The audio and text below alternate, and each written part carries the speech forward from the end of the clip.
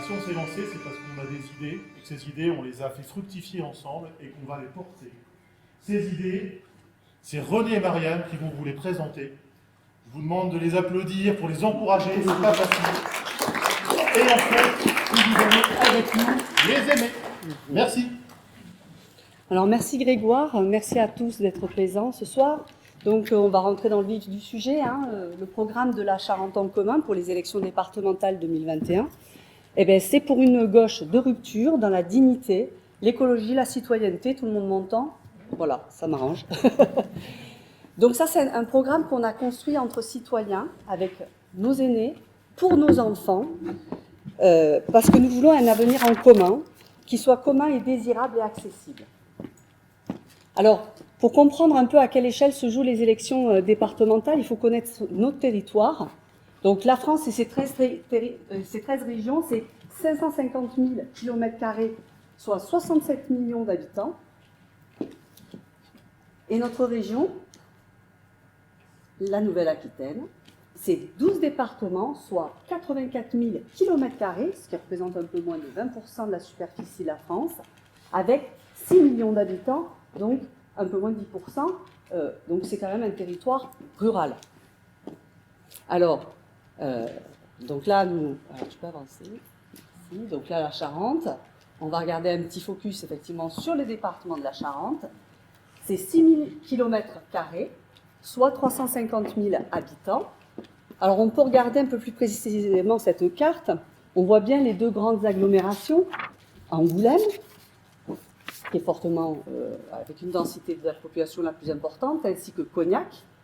Et sur tout le reste du territoire, on voit que c'est peu densément peuplé, avec un élevage polyculture, avec de l'apiculture spécialisée, avec un reste industriel, un secteur de l'image en pleine expansion. Voilà à quoi ressemble notre Charente aujourd'hui. Donc, dans la Charente, nous avons 366 communes sur 19 cantons, donc 9 EPCI qu'on appelle communément agglomérations.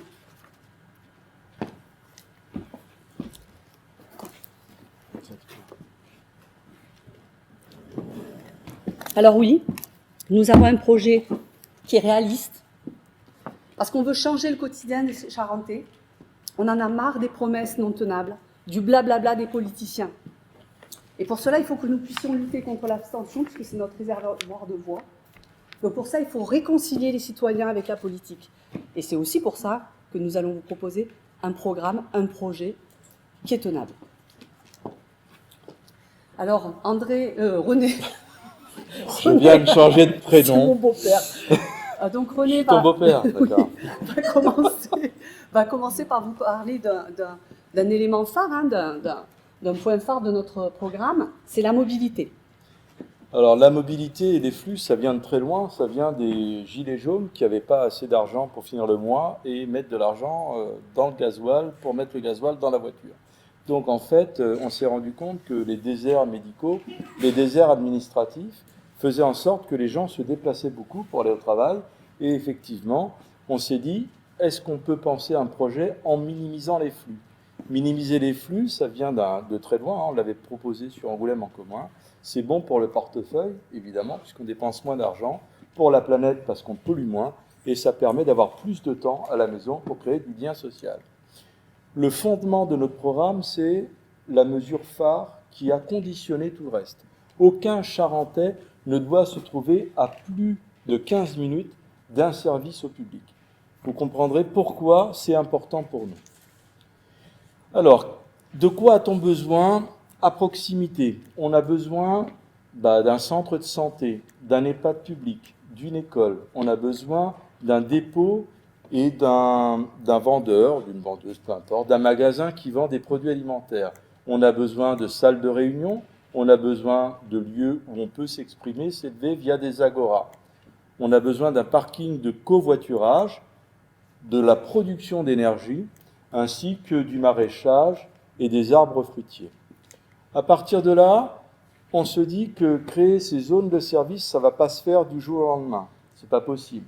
Donc, si on ne peut pas les faire du jour au lendemain, il va falloir avoir une période transitoire.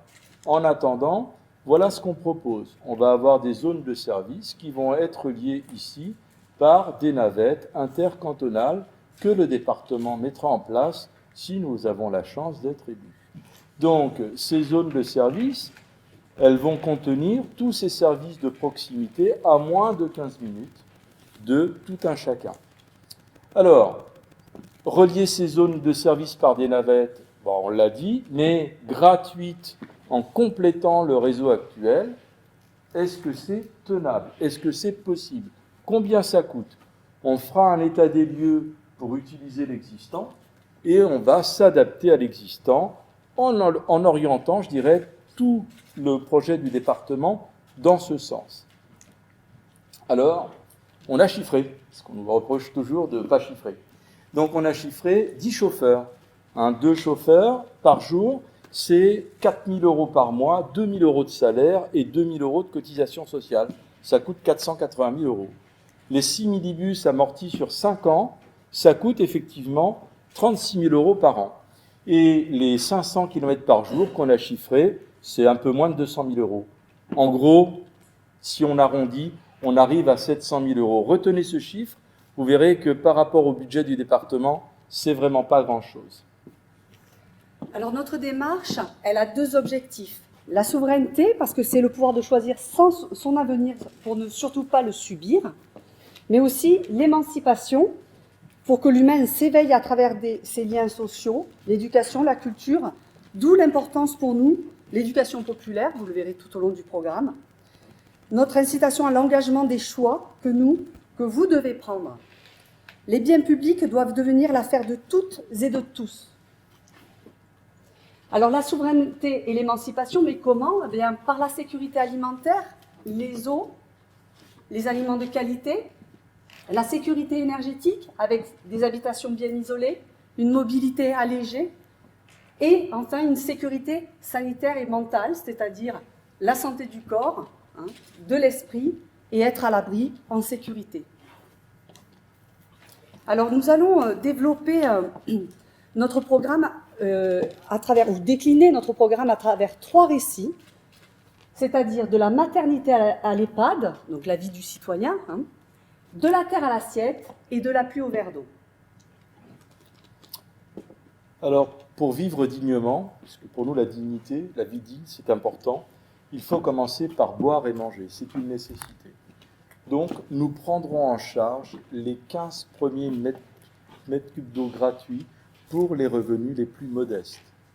Nous offrirons aux 13 000 collégiens un petit déjeuner gratuit, parce qu'il y a trop d'élèves qui arrivent en cours sans avoir absolument rien dans le ventre.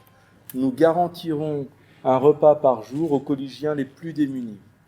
Nous augmenterons également l'aide alimentaire pour le public précaire et nous le ferons avec des bons en monnaie locale, la bulle que vous connaissez, pour aussi habituer les gens à changer de type de consommation. La rue comme le logement insalubre tue. C'est pour ça que nous pensons qu'il faut habiter dans un endroit salubre, chauffé, isolé. C'est un préalable à la santé. Et en fait, nous accompagnerons chacune, dans la rénovation des logements mal isolés. En fait, on souhaite 0 mal logé dans notre département. On va aussi répondre en garantissant une réponse aux violences faites aux femmes battues, c'est-à-dire des violences physiques, morales, des personnes rejetées. Nous aurons donc des structures d'accueil et d'accompagnement pour ces personnes-là, mais aussi pour appuyer les familles et les collèges en cas de harcèlement. Voilà une carte où Logélia est un partenaire de notre département. Il gère 8 000 logements et loge 15 000 personnes. Si effectivement on considère qu'au fur et à mesure que des logements se libèrent et ceux qui sont construits, on réserve 2% des logements au public en difficulté, fragile ou en insécurité, on va pouvoir récupérer 160 logements à affecter à ce fléau. Donc, on va aussi développer, vous l'avez évoqué, Gaël, la solidarité avec les aidants.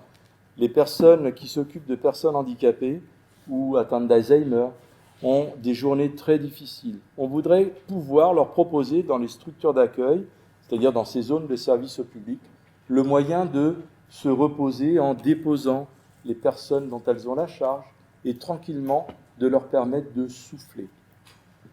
On souhaite développer aussi la solidarité intergénérationnelle, ça veut dire, toujours dans ces zones, aménager des temps et des lieux de rencontre pour que les aînés rencontrent les un peu plus jeunes, qui eux-mêmes rencontrent les un peu plus jeunes. Il y a des personnes âgées qui prononcent une phrase par semaine, quelques phrases par mois, et c'est terrible.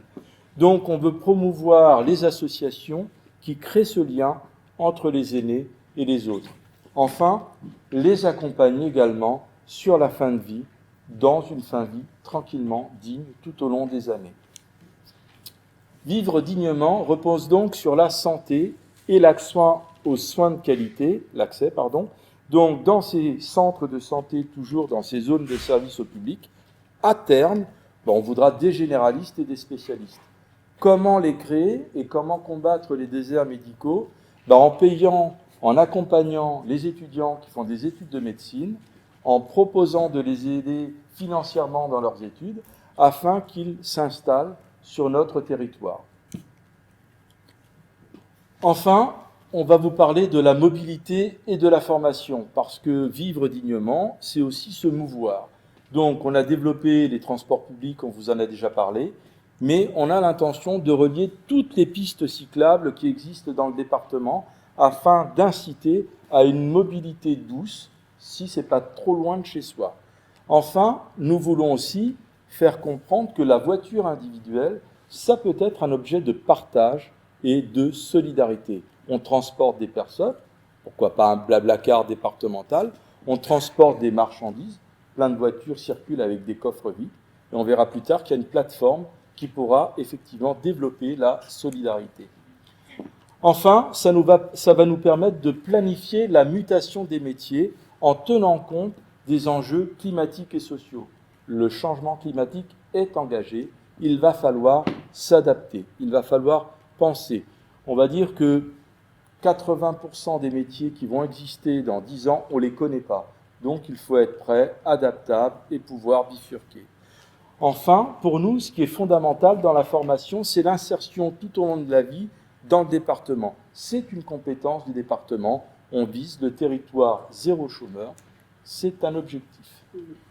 Alors nous allons toujours rester dans le récit de la maternité à l'EHPAD, mais on va parler de notre rapport à l'énergie, à la nourriture. Alors évidemment, l'énergie, la meilleure énergie, c'est celle qu'on ne consomme pas. Donc c'est pour cela qu'il faudra que nous investissions dans les bâtiments publics. Nous devons être exemplaires par les économies d'énergie. On doit éradiquer les passoires thermiques. Rappelez-vous de ces zones de service. Imaginez un instant une personne ressource du département qui serait dans cette zone-là et qui pourrait renseigner, orienter, monter les dossiers de financement pour une personne qui n'a pas 60 km à faire pour faire ça, pour bénéficier des aides, etc.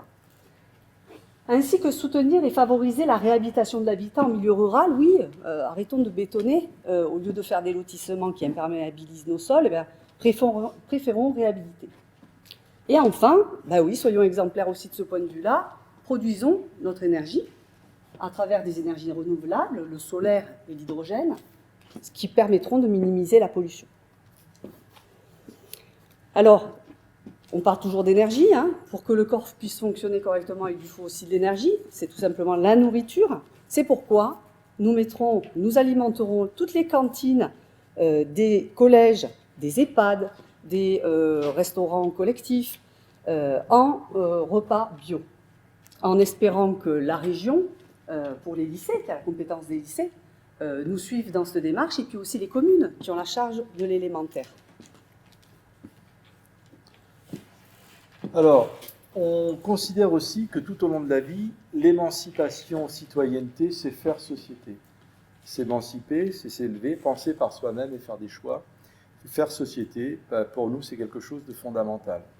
Donc, on donnera l'accès aux plus démunis, au sport, à l'art et à la culture surtout en milieu rural, initier des universités populaires dans chaque zone de service au public, et enfin, mesure forte, afin de combattre l'inégalité des chances au collège, nous mettrons en place la rémunération de 3 étudiants pour aider nos petits à faire les devoirs du soir. La laïcité, c'est aussi la journée nationale de la laïcité. Nous marquerons le 9 décembre comme quelque chose d'important afin de travailler avec les associations, les universités populaires et les collèges à cette prise de conscience, c'est-à-dire faire en sorte d'aller bien au-delà de la loi de 1905, étendre l'esprit de laïcité, montrer que la diversité est une richesse, parce que quand tout le monde pense la même chose, c'est qu'on ne pense plus rien. Donc pour nous, la culture est un vecteur d'émancipation. On va renforcer l'enseignement artistique de qualité en milieu rural, rééquilibrer et attribuer les subventions, non pas en fonction de la taille du festival, mais aussi en tenant compte de la capacité d'autofinancement et en favorisant tous ceux qui se déplacent en milieu rural. Super. Alors ça, c'était pas prévu. Le matériel est solide. Nous renforcerons aussi les critères écologiques et sociaux pour l'attribution des subventions. Enfin, assurer dans toutes ces zones de service au public la continuité des structures culturelles sur tout le territoire. Donc, alors après, est-ce qu'il va fonctionner? Oui. Le tourisme, c'est également la relation à l'autre. Vous comprenez bien, on vous parle de relation, d'émancipation, d'échange, et la relation à l'autre, on le veut au rythme de la cagouille. Alors, vous comprenez mieux notre affiche, hein. Le rythme de la cagouille, ça veut dire un tourisme écologique et humain. Le tour de la Charente à vélo, par exemple, un GR écologique, les aires de repos tout au long des pistes cyclables ou effectivement de randonnée, avec des toilettes sèches, une petite bifurcation, des points étapes où on découvrira nos produits locaux, une gastronomie locale, et on pourra effectivement sensibiliser les gens qui viennent chez nous. Enfin, des chemins forestiers avec parcours de santé, sans oublier ce qui existe déjà, c'est-à-dire le géologique, le gallo-romain et la préhistoire. Enfin, pour nous, la gouvernance est un point fort. On en a un petit peu assez d'avoir toujours des oppositions balayées d'un revers de main. Et nous voulons inclure le personnel départemental dans les décisions, tout comme les citoyens. Nous voulons permettre le contrôle des élus via toujours une plateforme numérique, afin que chacun puisse justifier de ses votes et faire des comptes rendus sur ce qu'il fait. Enfin, nous organiserons et pratiquerons le RIC, qui est le référendum d'initiative citoyenne. C'est quelque chose qui est fondamental pour nous. Les citoyens doivent reprendre leur avenir en main. Alors, nous allons changer de récit. Nous allons parler de la terre à l'assiette et de l'application de la règle verte. Alors, la règle verte, c'est quoi? C'est on ne prend pas plus à la terre que ce qu'elle est capable de reconstituer. Et voilà ce qu'on ne veut plus voir. Ça. C'est ça. C'est pour cela que nous devons protéger le vivant, les habitants, la faune et la flore, et aussi devenir un département, oui, zéro pesticides. En plus, ça permettrait de soustraire les producteurs des dangers de ces pesticides.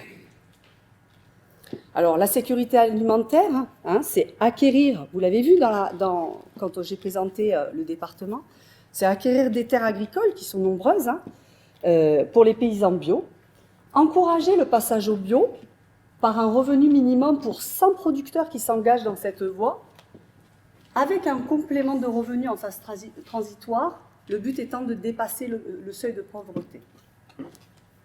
Alors, après échange avec beaucoup d'agriculteurs, le frein principal pour eux, c'est que certes, ils sont aidés pendant les 3 premières années, mais après, ils se retrouvent avec de la paperasse, pas forcément les équipements nécessaires pour pouvoir perdurer cette méthode.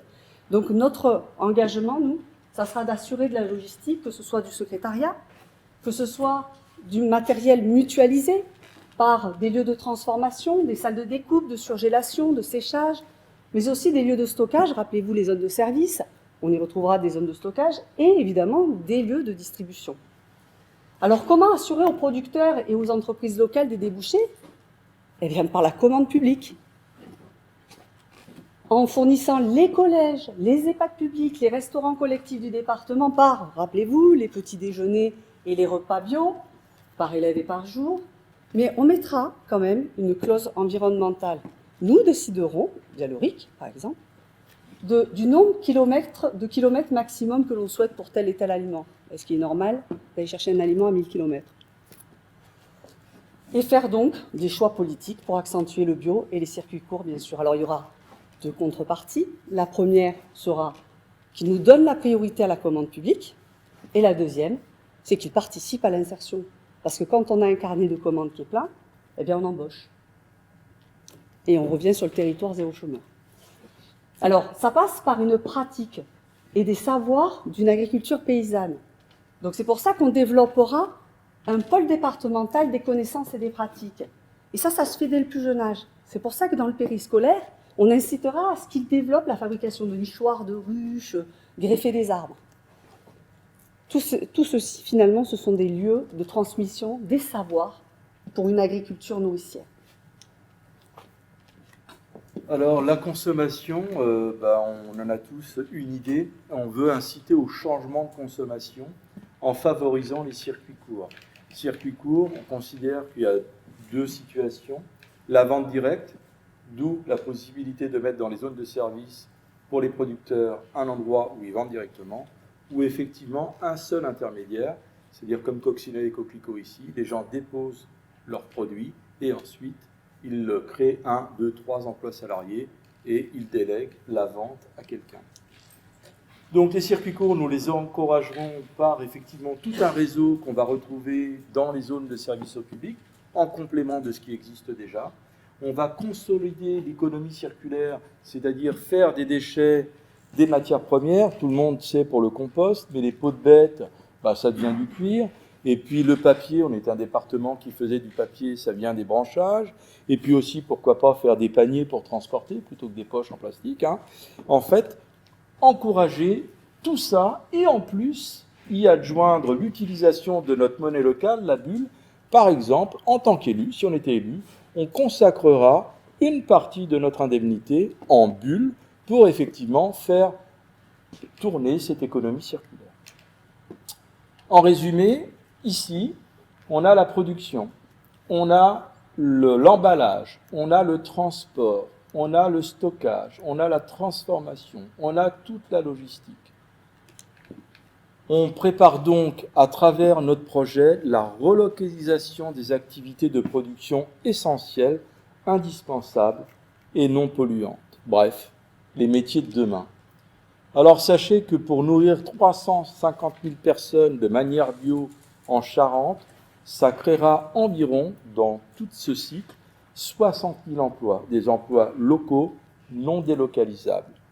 Donc, imaginons simplement là-dessus que, effectivement, développer l'insertion et l'apprentissage dans cette filière, tout simplement en disant, voilà, on va vers ça. Mais ça ne marche plus.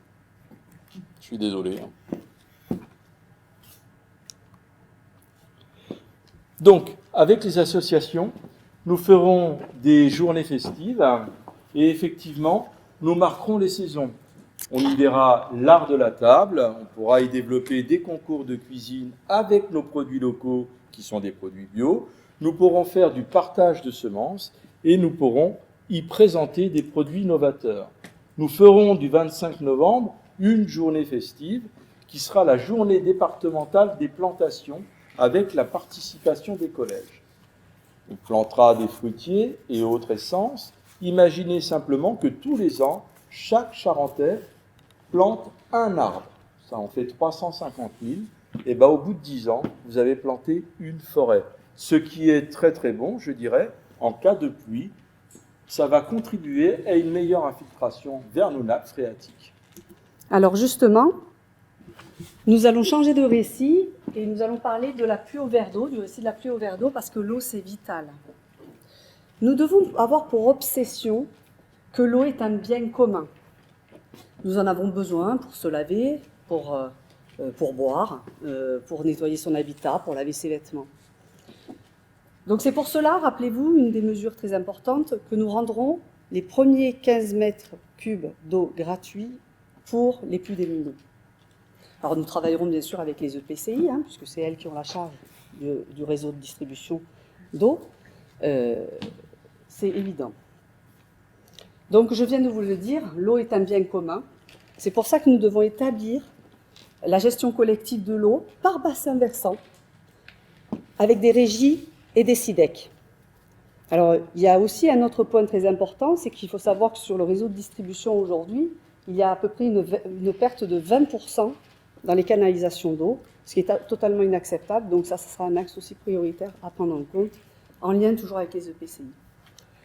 Alors évidemment, on peut parler du cycle de l'eau, hein, vous l'avez tous connu ça à l'école normalement. Donc oui, l'eau sort des mers, enfin vient des mers et par condensation vient se précipiter sur le versant pour ensuite ruisseler et s'infiltrer dans nos nappes phréatiques et alimenter nos fleuves, etc. Donc, voilà. Donc c'est important de sauvegarder cette ressource et de la protéger, comme vient de le dire René, par la replantation d'arbres et de haies, par la protection des sources et des cours d'eau. Nous devons lutter contre l'imperméabilisation des sols. Par exemple, lors d'une prochaine réfection de cours de collège, qui est à la charge du département, nous végétaliserons, nous enlèverons le béton et nous mettrons des sols perméables, ainsi que dans les espaces publics, bien entendu. On préservera davantage les forêts, les cours d'eau et leur biodiversité, et on luttera, vous l'avez bien compris, contre les pesticides par la prévention, l'éducation, mais aussi la répression s'il le faut. Alors oui, c'est vrai, on orientera systématiquement nos aides vers les agriculteurs bio et les pratiques forestières respectueuses des écosystèmes. Il faut que nous entretenions et aménagions les cours d'eau pour développer de la biodiversité et préserver les débits des cours d'eau. Et on fera aussi réapparaître à nouveau les cours d'eau sur les cartes.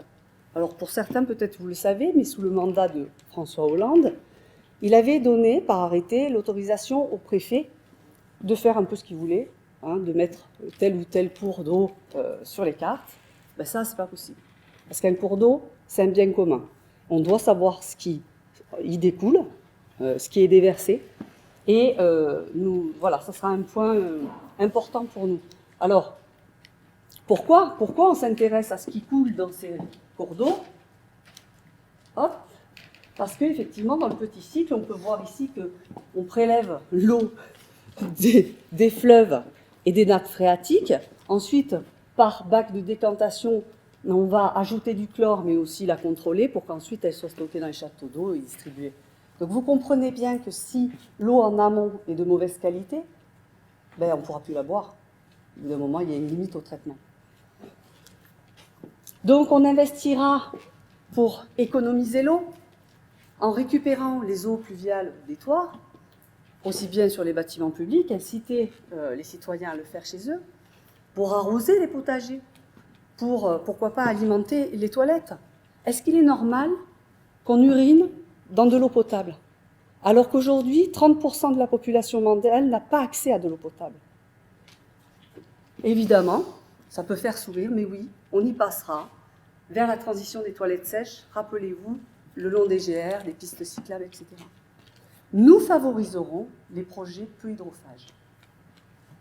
Alors on sensibilisera, parce que vous savez qu'à la France Insoumise et Charente en commun, on aime l'éducation populaire, donc on sensibilisera la population à la non-pollution, au non-gaspillage, et de la compétence du département, nous courrons et dépolluerons les fossés et les sols. Alors, un petit point maintenant, puisqu'on a fini nos 3 récits.